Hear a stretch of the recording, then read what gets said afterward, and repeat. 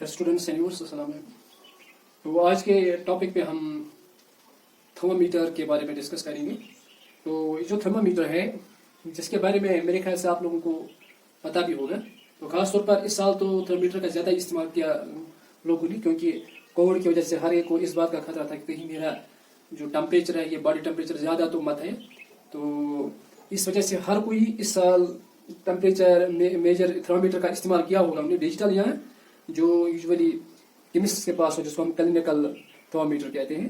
तो हम आज कोशिश करेंगे थर्मामीटर क्या है, इसके बारे में आज हम पढ़ने की कोशिश करेंगे।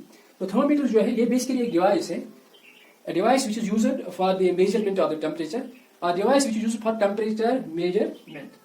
तो ये जो डिवाइस है, ये हमारे पास दो किस्म के होते हैं। एक होता है जो कि क्लिनिक में होता है, यानी कि डॉक्टर्स के पास होता है, जिसको हम क्लिनिकल थर्मामीटर कहते हैं। और दूसरा होता है जो कि हमारी लैब में होता है, जिसको हम लेबोरेटरी थर्मामीटर कहते हैं।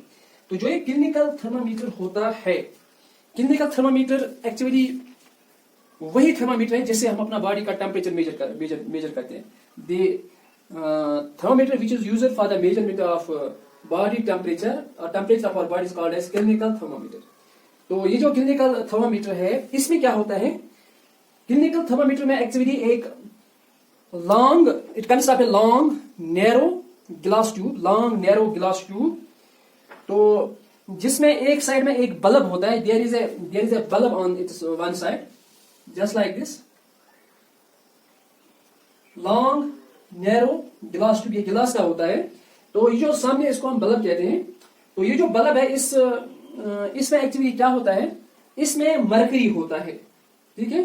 तो आउटसाइड इस बल्ब के हमें एक शाइनिंग थ्रेड दिखता है। वो शाइनिंग थ्रेड एक्चुअली किसका होता है, मरकरी का होता है। मरकरी बेसिकली एक मेटल है जिसका फॉर्मूला Hg है। तो ये जो मरकरी है, ये है actually liquid, it is the only metal which is liquid and it is used for the measurement of the temperature. तो इसमें क्या होता है, जब हम इस थर्मामीटर को, इसके अलावा इस थर्मामीटर में जो ग्रेजुएशन होती है, वो सेल्सियस स्केल में होती है। सेल्सियस, क्योंकि सेल्सियस स्केल को रीड करना काफी आसान होता है देन फारेनहाइट स्केल और देन केल्विन स्केल, इसलिए हम ज्यादा सेल्सियस स्केल को इस्तेमाल करते हैं। और ये it is the prominent scale, यानी कि पहले जो स्केल इस्तेमाल की गई, ये वही स्केल, इस वजह से हम इसको डिग्री सेल्सियस या सेल्सियस स्केल का इस्तेमाल करते हैं, ठीक है। तो जो ये क्लिनिकल थर्मामीटर है, क्लिनिकल थर्मामीटर का इस्तेमाल हम कैसे करते हैं। एक्चुअली क्लिनिकल थर्मामीटर में क्या होता है कि इसमें अलग अलग से मार्क्स होते हैं। ऐसे एक तो बड़े बड़े होते हैं, इनको हम डिविजन्स कहते हैं। इसके अलावा इसके बाद इसके छोटे छोटे मतलब, इनको हम ग्रेडेशन कहते हैं, दैट्स कॉल्ड एज ग्रेडेशन। तो एक्चुअली इस तरीके से होता है, इट इज अबाउट 0.5, जो 0.5 यानी यहां से यहां तक हम 0.5 या 1/5, यानी यहां से यहां तक इसको अगर हम देखेंगे 5 हिस्से किए जाते हैं। और हर एक ऐसा जो ये रिप्रेजेंट करता है 1/5 which is equal to 0.2 degree Celsius, 0.2 degree, 0.2 degree, 0.2 degree. इस तरीके से यहां तक 1 डिग्री सेल्सियस का टेम्परेचर होता है, ठीक है। तो एक्चुअली क्या होता है, जो ये थर्मामीटर है, इसको पहले हम वॉश करते हैं किसी सोल्यूशन में, एंटीसेप्टिक, क्योंकि कोई जर्म वगैरह इस पे मत हो तो वो मर जाए। इसके बाद हम इसको उठा के इसको हम अपनी टंग के नीचे रखते हैं 1 मिनट के लिए। तो इसके बाद जो आजकल के थर्मामीटर, इसमें एक्चुअली एक साउंड सी प्रोड्यूस होती है, या 1 मिनट के बाद हम यूजुअली इसको निकालते हैं। तो अगर हमारा जो टेम्परेचर है बॉडी का, it is about 37 degree Celsius, normal temperature.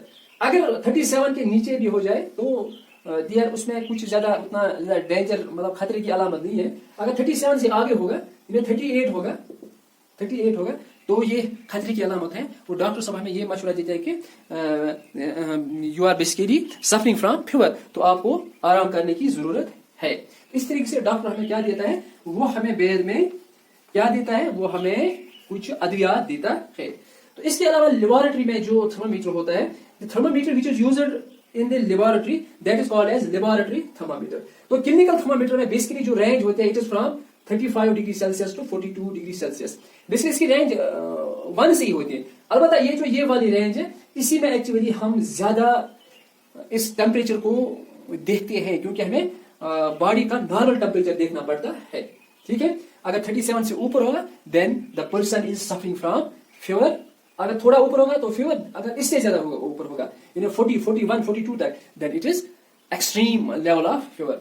तो इसके बाद है लेबोरेटरी थर्मामीटर। लेबोरेटरी थर्मामीटर की जो रीडिंग है -10 डिग्री सेल्सियस से 110 डिग्री सेल्सियस के आसपास होती है, क्योंकि हमें कुछ रिएक्शन को कोल्ड कंडीशन माइनस टेम्परेचर में देखना पड़ता है, इसलिए हम इस लेबोरेटरी थर्मामीटर का इस्तेमाल करते हैं। और कुछ रिएक्शन ऐसी होती है जिनका टेम्परेचर काफी ज्यादा होता है। अगर हम फॉर एग्जाम्पल वाटर को बॉयल करें, यहाँ पर हम किसी केमिकल को बॉयल करें, खासतौर पर वाटर को, तो वाटर का जो बॉइलिंग पर वो कितना होता है 100 degree Celsius, and this thermometer will show us that the water boils at 100 degree Celsius. इसके अलावा जो लेबोरेटरी थर्मामीटर है यह हमें रिएक्शन की कंडीशंस भी बताता है कि रिएक्शन जो है, रिएक्शन में कितना टेम्परेचर, रिएक्शन अगर चल रही है उसमें कितना टेम्परेचर है, रिएक्शन में जो मतलब बीकर्स इस्तेमाल हुई है ये हॉट है, ये कोल्ड है। इसके अलावा हमें ये केमिकल्स का नेचर भी बताता है कि कौन केमिकल क्या है, किसका माइनस ये है, ये टेम्परेचर है, या किसको हम माइनस टेम्परेचर में रखते हैं और किसको हम किसमें हायर टेम्परेचर में रखेंगे। So that was all about today's topic. Have a nice day.